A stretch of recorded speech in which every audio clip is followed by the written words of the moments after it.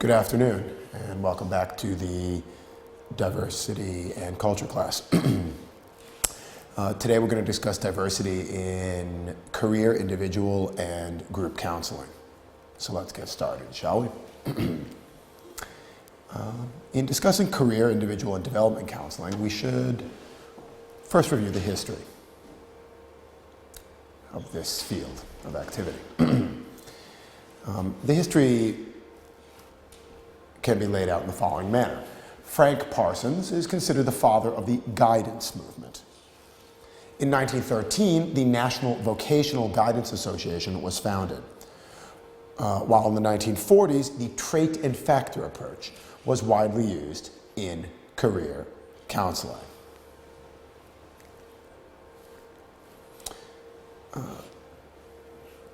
Elaborating further on the history of the career, individual, and development counseling field, we can say that during the 1950s, career guidance utilized more counseling using career development theory with a focus on communication and decision-making skills. Then, during the 1970s, the federal government of the United States subsidized a career educational program to facilitate career planning and to increase career options for people in the labor market or about to enter the labor market. In the 1990s, career education also included a school-to-work transition program.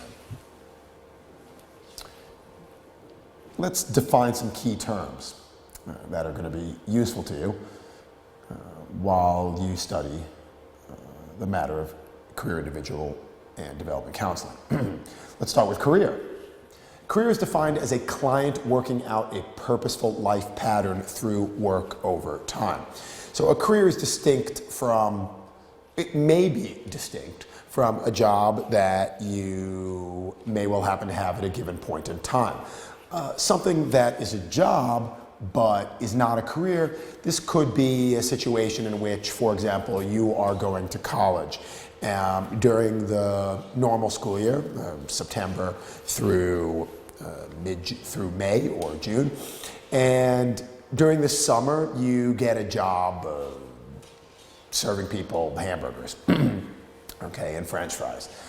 This would be a job, but it wouldn't be a career because your future is not going to be defined principally by you serving people. Well, you hope your future won't be defined principally by you serving people hot dogs and sodas, hamburgers and sodas, etc. A career means the general course of your life, the general direction of your life, as affected, impacted, and intertwined with work. Career development is here defined as the psychological, educational, sociological, physical, economic, and chance happenings that influence and shape a client's career. So there are myriad factors that can influence, for better or for worse, that can impact for better or for worse on the way in which our career unfolds. And the way in which our career unfolds will probably be a parallel phenomenon, a parallel event to the manner in which our adult life, or our life in general, unfolds. Career counseling is here defined as the series of interventions throughout a client's lifespan that deal with work selection, satisfaction, intra-personal matters, lifestyle issues, and integrating life's roles. Continuing the definition, we can say that lifestyle is a person's aspiration for social status, a specific work environment or climate, education, mobility, and financial security. So lifestyle means the manner in which you live your life, and it reflects your desires, it reflects your goals or aspirations in relation to work, in relation to the place you happen to live, in relation to the level of educational attainment you manage to achieve, etc. Career life planning is herein defined as an ongoing evaluation of life and career plans that allow for changes as needs and circumstances change. So career life planning is not something you do once, maybe when you get out of college or when you're in college, and then you don't do again. That's it, you just do it once. No, career life planning ideally should be something you're willing to engage in, perhaps when you see yourself approaching important turning points in your life.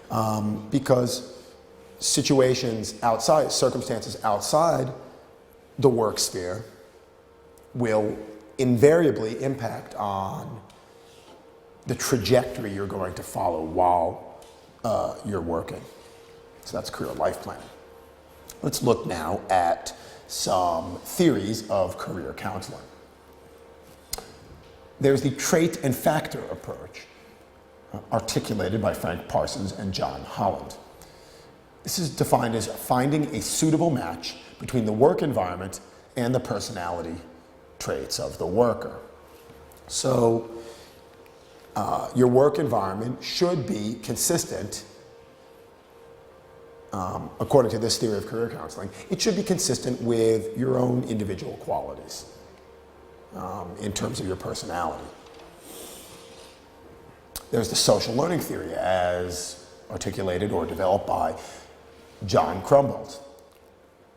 This is that learning experiences are followed by rewards and punishments, and learning experiences influence a person's career choices. So this refers a lot to the educational experiences one may well have, and the positive and negative experiences you have in the educational arena, in the academic arena. That the negative ones will serve as, perhaps, they will dissuade you from pursuing a certain career route, whereas the positive ones may serve to channel you into another career route. That's the social learning theory. Situational approaches are defined in the following manner: as a sociological approach that accounts for situational factors, for example, space and time, the political climate in a given place, the social, ethnic, religious factors, your family beliefs, etc.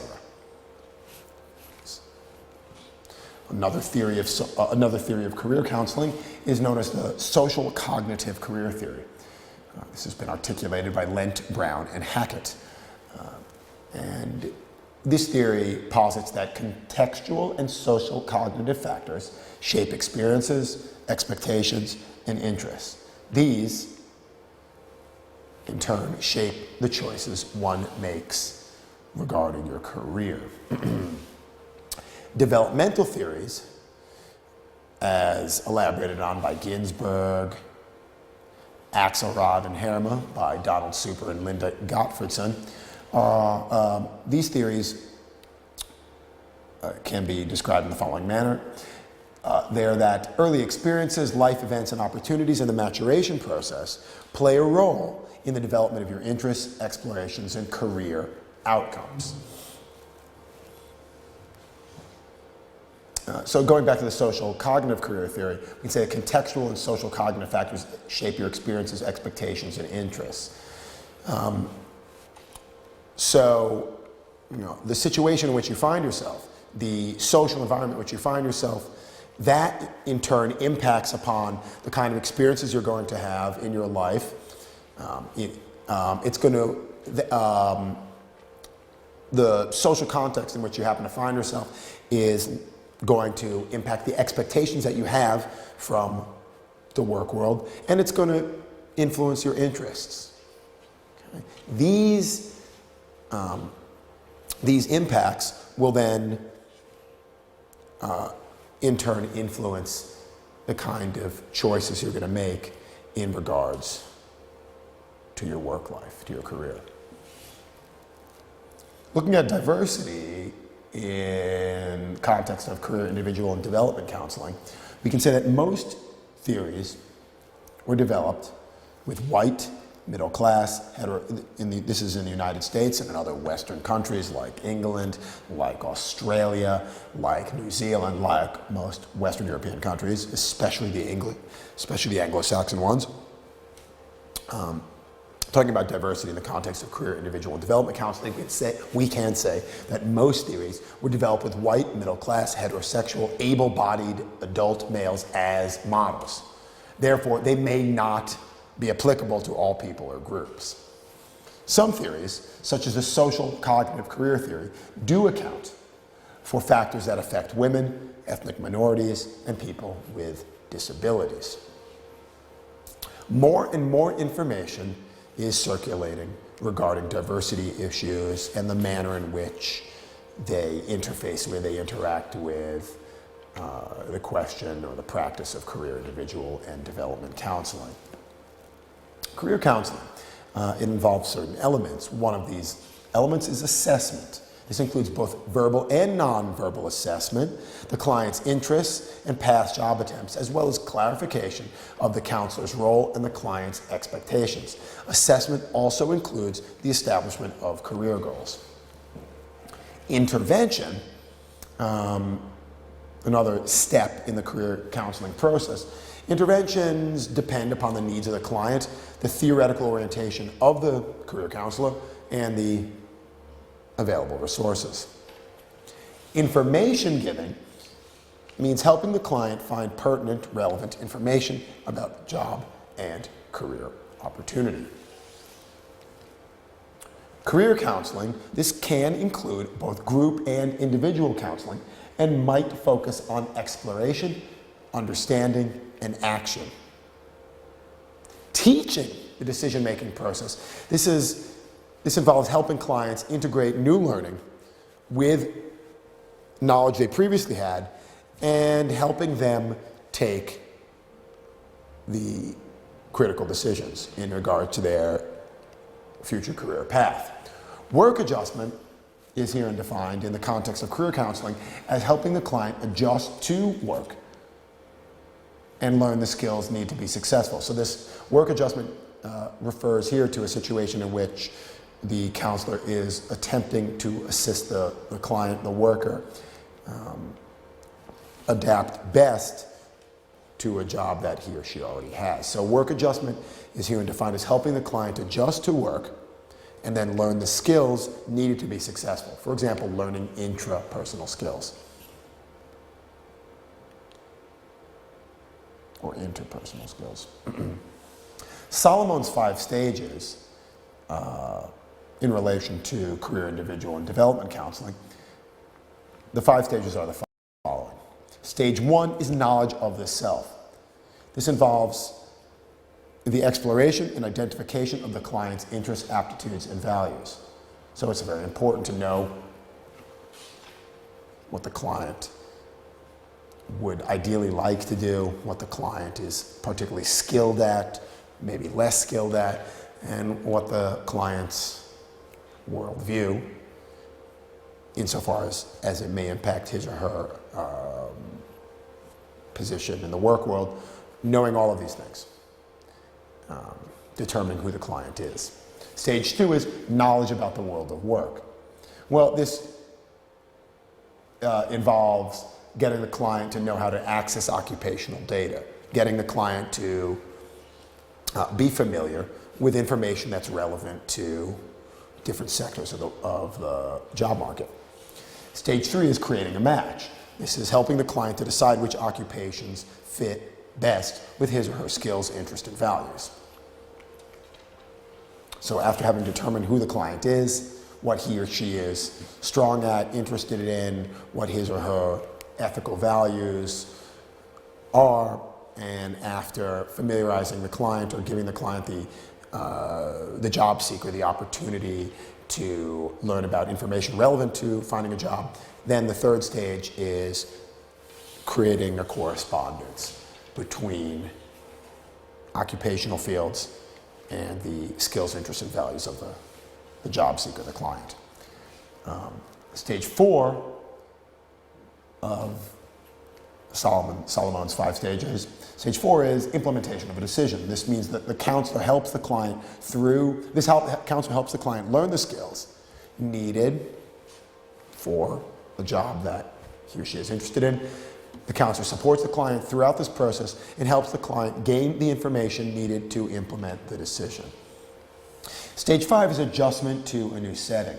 This means helping the client to adapt to the new environment or job and deal with his or her stress, the stress that almost invariably results from starting a new job. Some important educational considerations in career, individual, and development counseling are the following. And these considerations may, and probably in this case do, refer particularly to the existing situation in the United States. However, this information is, I believe, applicable to people residing in a whole number of other countries. Educational considerations in career and development and career, individual, and development counseling, or some educational considerations, are the following.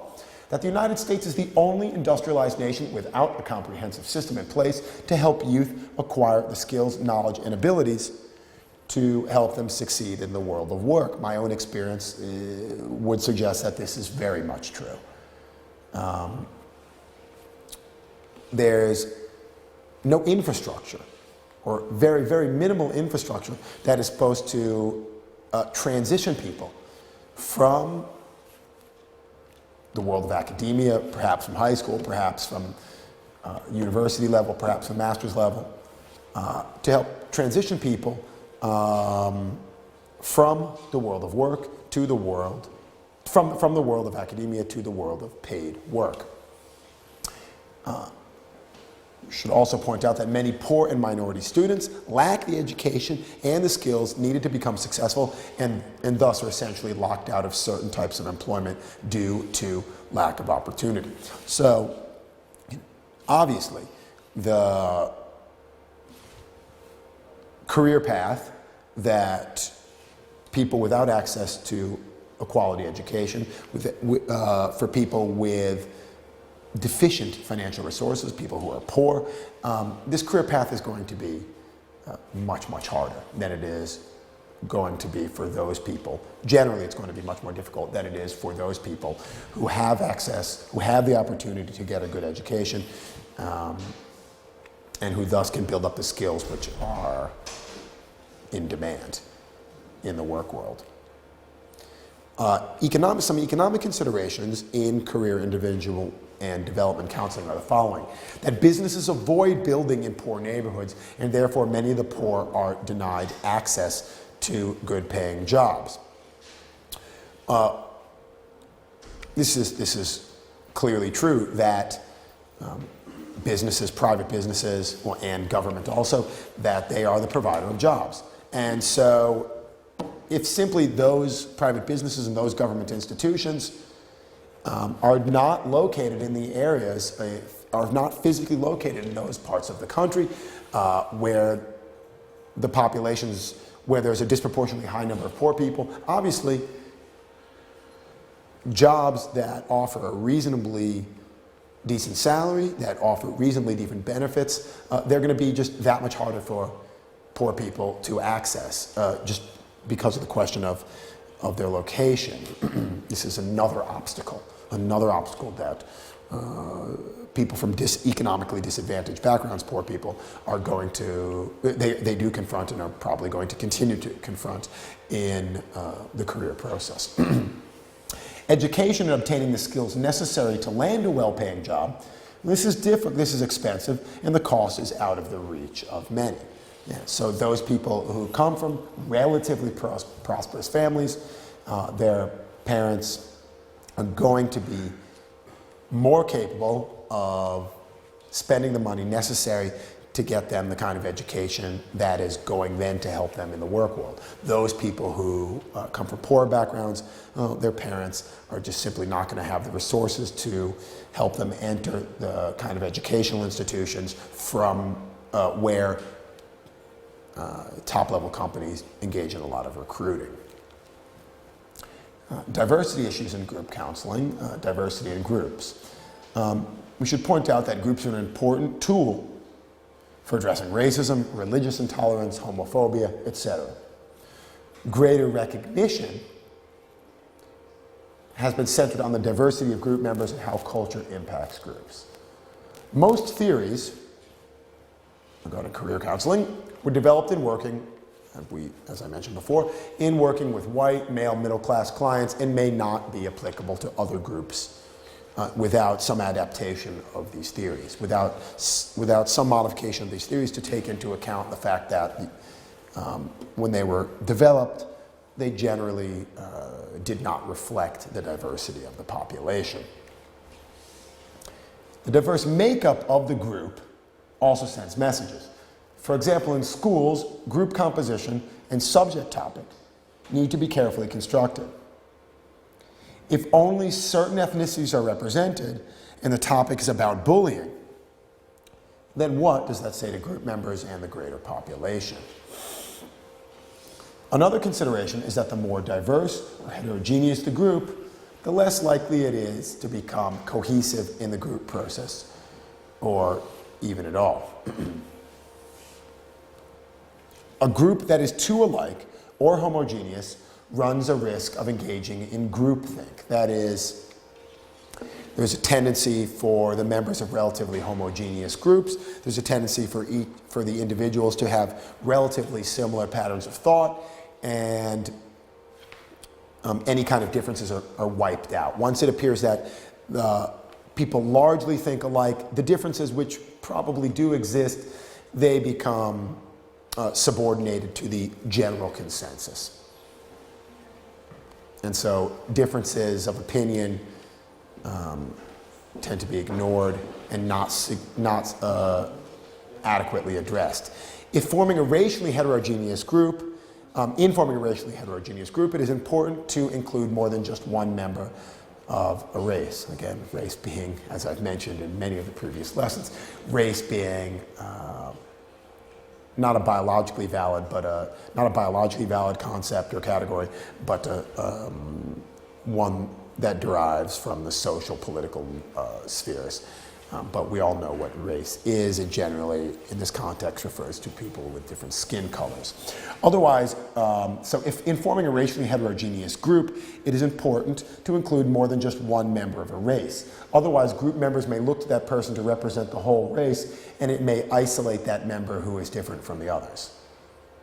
Okay? Again, this is in group counseling. This applies to group counseling. It is important to directly address the diversity of a group. So the implementation of preparation for a diverse group will involve the following steps. The definition of goals. A question to be asked is, are the goals and values that will be established congruent with the values and beliefs of the cultures represented in terms of assisting people in their career path? Are the goals and values, which are part of this helping process, are they going to be compatible with the values and beliefs of the cultures represented, of the clients represented? Another stage in the implementation and preparation for a diverse group in group counseling is to select the members. Well, how do issues of diversity influence who is not in the group? What are the levels of racial identity development of the leader and the group members? Establishing the norms is another step. How open will the group members be to discussing issues of diversity? In the implementation and preparation for a diverse group, there should be a stage which we here call managing the process. Group leaders need to have training in diversity issues so that they can recognize issues that hinder or enhance group process or progress. In evaluating the outcome, this being another stage, we should ask, how did diversity issues play out in the sessions? If diversity issues are directly considered, how did group members reach their goals? Multicultural groups tend to better mirror the greater society, and inter-member relationships can have a profound impact on group dynamics. Continuing here in our discussion of diversity issues in group counseling, we're going to talk about marginalized groups. Let's define marginalization, or what a marginalized person or group is. A marginalized person is one who has suffered discrimination, and oppression. Many people who are the members of groups which have historically and perhaps currently are still, which historically have been and currently are still perhaps marginalized, many people who belong to these groups tend to have feelings of suspicion, cynicism, and pessimism. That these attitudes shape and are a part of their worldview. It is important not to assume things, however, about the experiences of the marginalized person. In dealing with marginalized groups, we can say that we often have a tendency to place an individual into a group with others when those others represent the group that is in the position of the oppressor in relation to that individual and the group that individual comes from. We then expect that the individual to share his or her most intimate thoughts, ideas, or feelings within a group where he or she does not feel safe. This might set the individual up for a negative or hurtful experience. So if you place, for example, one black person or one Native American person, Indian, is also called a Native American, if we place a person from that background into a group where all the other members are whites and the descendants of settlers, I mean, historically the relation of the European settlers on the North American continent to, and especially in the United States, and what became the United States, the relationship of the settlers to those of the native peoples was pretty clearly one of oppressor to oppressed, the oppressed being the Native Americans. So, I mean, to the extent that this residual, to the extent that there are still residual feelings of resentment, and they may very well be justified on the part of Native Americans towards whites, we should be aware of the fact that placing a member of the historically oppressed group in with a bunch of members of the historically dominant groups, that this may well make the member of the historically oppressed group feel uncomfortable and unwilling to share his or her thoughts, ideas, feelings with the other people in the group. Cultural insensitivity on the part of a leader or other group members can enhance feelings of mistrust, suspiciousness, and alienation, and hinder feelings of belonging and acceptance. Obviously, in engaging in counseling, the group leader has to be sensitive to the idiosyncrasies of the members of the group being counseled, particularly if the members of the group hail from historically marginalized groups. So the leader has to manifest a very high degree, has to be very conscious of who he or she is dealing with, who are the members of the group, what their historical background is, what their current position in the social hierarchy is, and the group leader obviously must not only be aware of these things, but must strive to be as sensitive as possible to the interests and feelings and emotions of the members of the group, especially if the group members do come from historically and perhaps also currently marginalized sections of the population.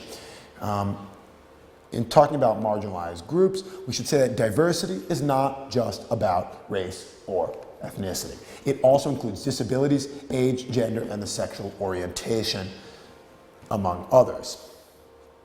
All group members and leaders bring biases and prejudices to the group. And this is important to point out. How much this reality may hinder and hurt the group, that's up to the leader. Awareness of diversity issues is imperative. All group members have a right to feel safe and respected. We all have our prejudices. We discussed this in a previous lecture.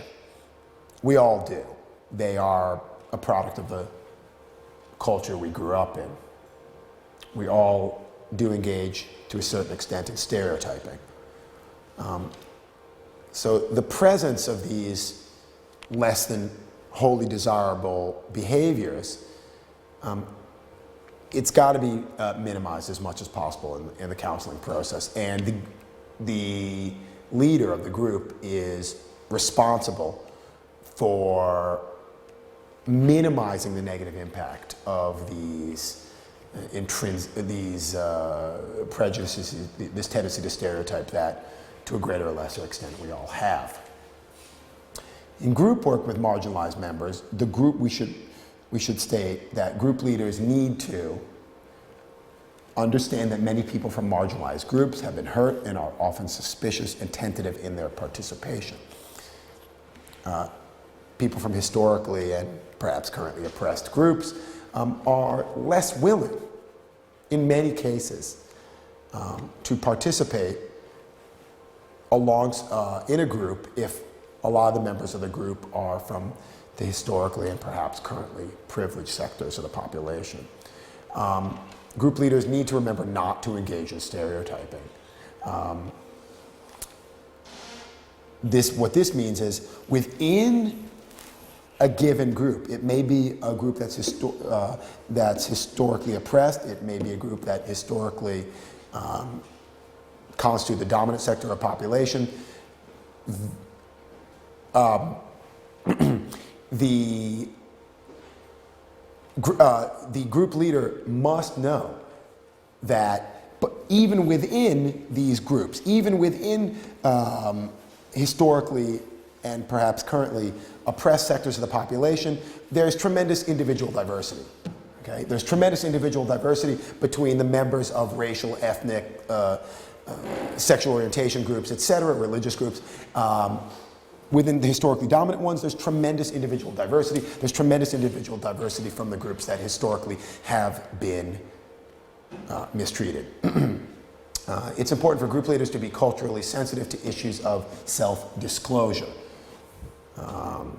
Some cultures view this as a form of weakness or betrayal. So group leaders should not place unnecessary pressure on the members of the group to reveal what people from certain cultures may regard as excessively personal, excessively private bits of information. Group leaders in working with members of traditionally marginalized groups, group leaders need to ask the members of the group how they want to be identified. The group leader shouldn't apply their own labels or make assumptions.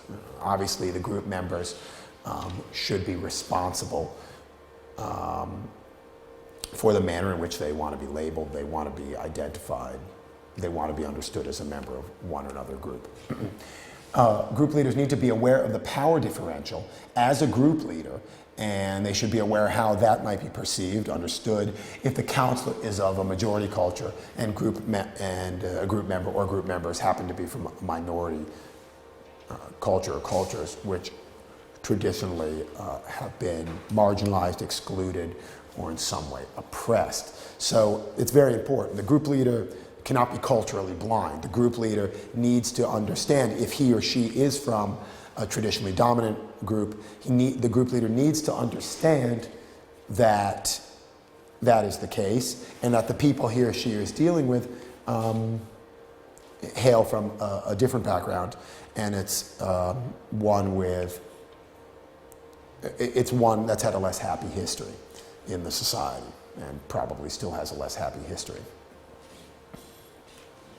Group leaders in working with marginalized members of society need to be aware of the level of acculturation and cultural identity of the individual group members. Not attending to this information increases the likelihood that the marginalized person will feel misunderstood and will drop out and or have a negative experience.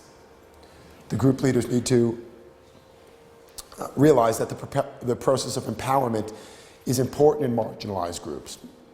That if this process of empowerment doesn't take place, the oppression that's historically existed is going to be perpetuated,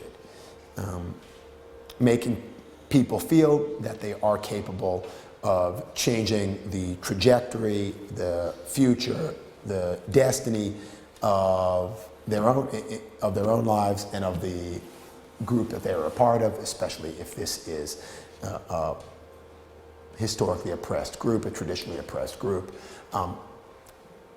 Giving people the understanding that they can change in a positive manner their future as individuals and their future as members of a historically oppressed group, and changing the future of the historically oppressed group that they belong to. That this is a very positive thing if this can be successfully done. In engaging a group with marginalized members, with the members of traditionally marginalized or oppressed groups of society, it's important for the white counselors to be aware of white privilege. That traditionally, in the United States, whites, within the elite, whites have occupied a disproportionately large share of positions, and blacks have occupied a disproportionately low share of positions of privilege. Whites have been the proportion of very poor people who are white is lower than the proportion of whites in the population as a whole. The proportion of blacks among the ranks of the very poor is higher than the proportion of blacks in the population as a whole. So given this social reality, it's important for white counselors to be aware of white privilege. It's important for group leaders, for counselors to not be colorblind or act like race is not an important matter. While engaging in colorblind behavior or pretending that race doesn't matter, while this is the polar opposite of racism, and it's usually done with the best intentions, this can have similar hurtful effects because it shows a lack of respect for the differences that do exist between different cultures. The group leaders of any ethnic background, they face certain challenges when leading a racially mixed group. And it's important to validate a group member's feelings and point of view, although you may happen to not be in agreement with that point of view. In looking at group guidance in relation to race and ethnicity, we should say that issues of race and ethnicity can be explored in groups and especially in schools. Counselors can help by helping members accept and appreciate differences in others, teaching appropriate terminology when discussing diversity issues, helping members explore their own biases and prejudices and tendency to stereotype.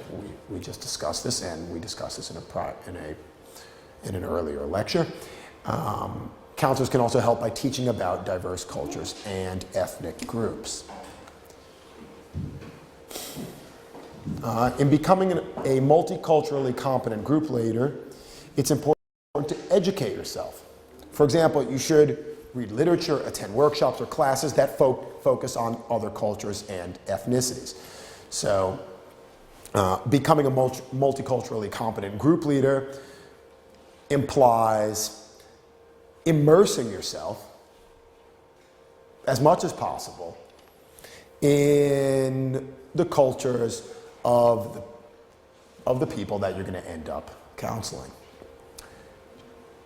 Identifying your own racial or ethnic origin and the privileges or disadvantages that have historically come with it is obviously another important stage in becoming a multiculturally competent group leader. And this is part of what we just discussed in relation to not having a colorblind attitude, not pretending that there are no differences between different cultures. Okay?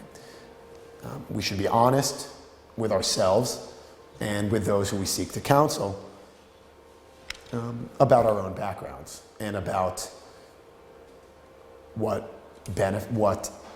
advantages and what disadvantages our own background happens to entail. We should understand ethnocentrism in the mental health field. This is another important aspect in becoming a multiculturally competent group leader. We should visit and get to know people from outside our own group. This is very important for becoming well-rounded, for knowing who you're going to deal with. If you haven't had too much interaction or contact with people from other cultural backgrounds besides your own, then you should do what you can to interact with those people. And, you know, outside the counseling process, this is going to help you become a competent group leader in counseling. It's a pretty vital step in becoming a multiculturally competent group leader, is to deal with people outside your practice who happen to come from the cultural background of the people you're going to end up counseling. Looking at personal characteristics of effective group leaders, some personal characteristics, you can think of others probably. You can talk, there's courage, there's a willingness to model, serve as a model for the group members. There's openness, there's a lack of defensiveness, there's an awareness of your own culture and the advantages and disadvantages that may happen to come with belonging to your own culture. Again, there's self-awareness, and there's also a sense of humor. This is also important to have. Certain group leadership skills are the following. It's very important to acquire and then refine, that is, further develop, sharpen the skills that are applied to group work. Group leadership skills cannot be separated from the leader's personality. There are different ways to learn leadership skills. There's supervised experience, there's practice, there's feedback, and there's experience in a group as a member of a group. Group leadership skills, you may, to a certain extent, be born with those, but you can develop them by practicing them. That some people may be more born leaders than others, but even those people generally had to work at it. Those people who weren't born leaders can still make significant progress towards fulfilling that role in a successful manner. Practice, practice, practice. This is a critical component of becoming a competent group leader. Let's look at a few group leadership skills. The group leader should be capable of and eager about listening in an active manner, listening to what the group members have to say, in being able to reflect upon what's been said by the others, in clarifying points which may not be entirely clear, in summarizing, that is being able to relatively quickly bring forward the critical ideas that have been said in the course of a longer discussion, facilitating, enabling a discussion to proceed in a smooth manner, empathizing, that is, indicating that he or she understands what the members of the group have articulated, especially if what's been articulated by the group members is something that is not entirely positive. It's a reflection of negative experiences that they may have had in their past life. Interpreting, questioning, knowing how to question, linking different things that have been said by different people, linking them together, confronting, supporting, providing support to group members, blocking, assessing the different skills, qualities, potential problems that group members may have, modeling, serving as a model for others, making suggestions to the group members, initiating activities, initiating discussions, playing a proactive role, evaluating different qualities and characteristics that group members may have, different weaknesses that different group members may have, and terminating, finishing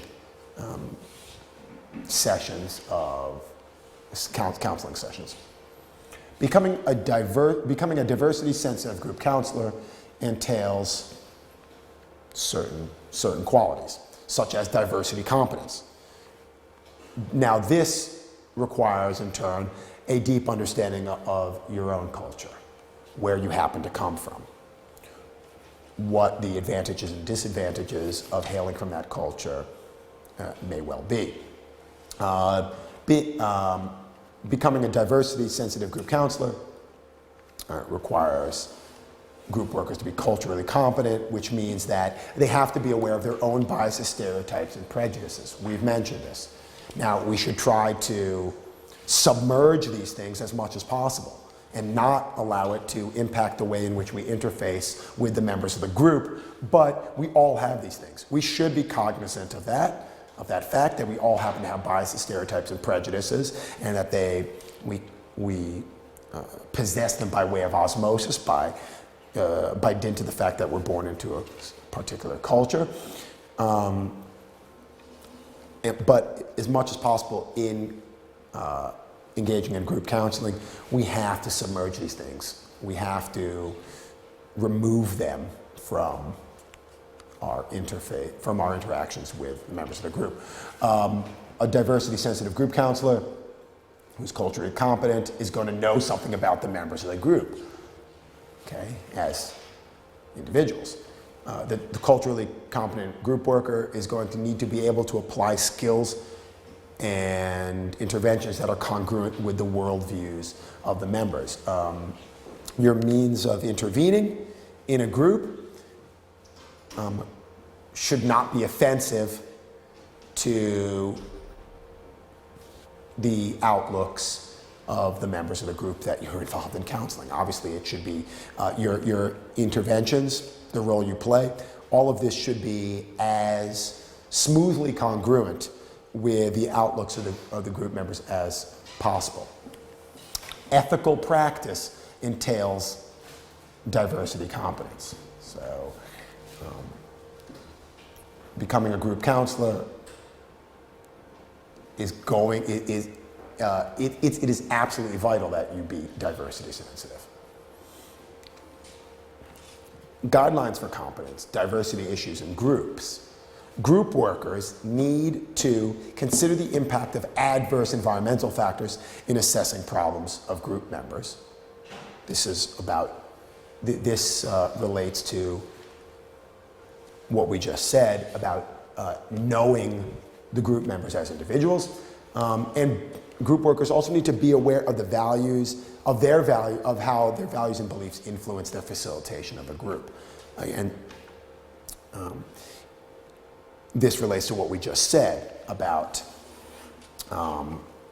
submerging, putting out of mind, not incorporating into any way into your work the prejudices, biases, and stereotypes that we all engage in. And we should, group workers need to be aware that they have an outlook on the world, and they should be aware how this particular outlook does tend to impact upon the manner in which they interface with group members. Other guidelines for competence, diversity issues in groups.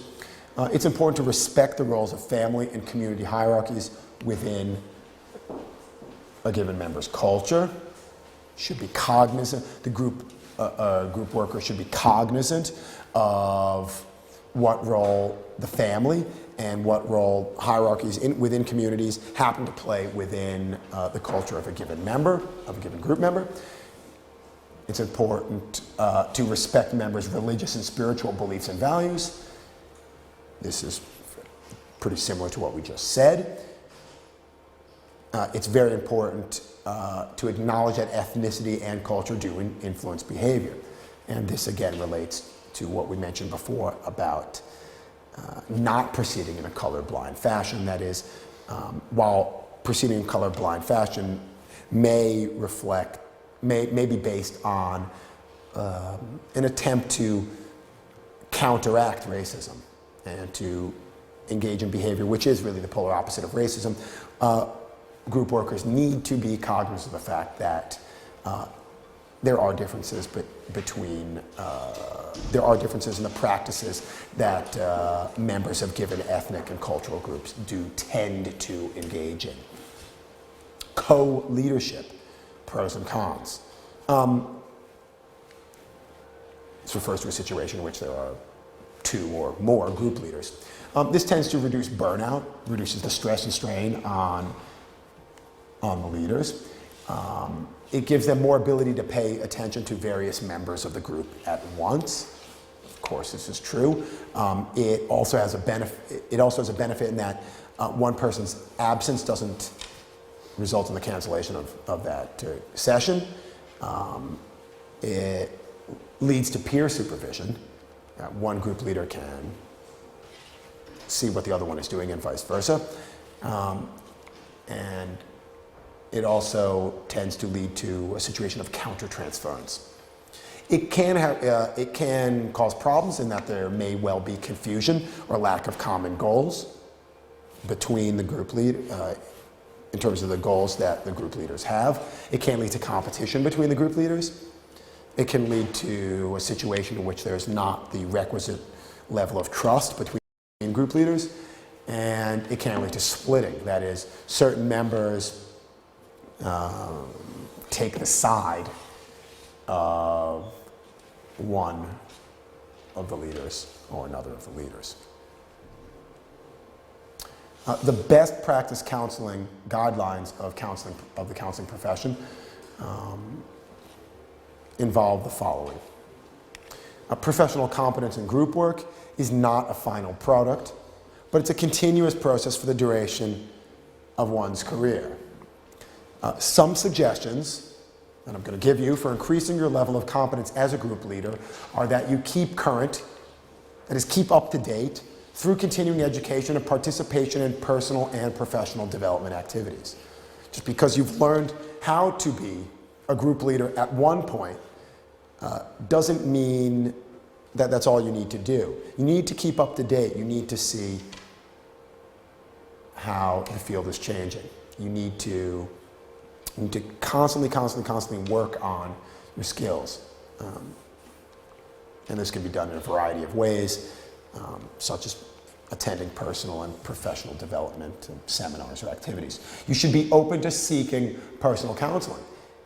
If you recognize in yourself problems that could impair your ability to facilitate a group. So you shouldn't be reluctant to seek counseling. If you see problems that you believe may prevent you from facilitating group activities, whatever the problem may be, you shouldn't be reluctant to seek counseling yourself. You should be willing to seek consultation and supervision as needed, as I just said. There's no shame in seeking supervision, consultation, help yourself, to the extent that this may help you resolve problems that you've observed in yourself, to the extent that this can help you improve your skills as a group leader. There's no shame in doing this whatsoever. And so you should be willing to. You should understand that there's no problem in doing this, and that it's very common. It's very common. Want to thank you for your attention. I hope you enjoyed the lecture today. This is the latest lecture in the Culture and Diversity course, and I will see you soon. Have a pleasant day.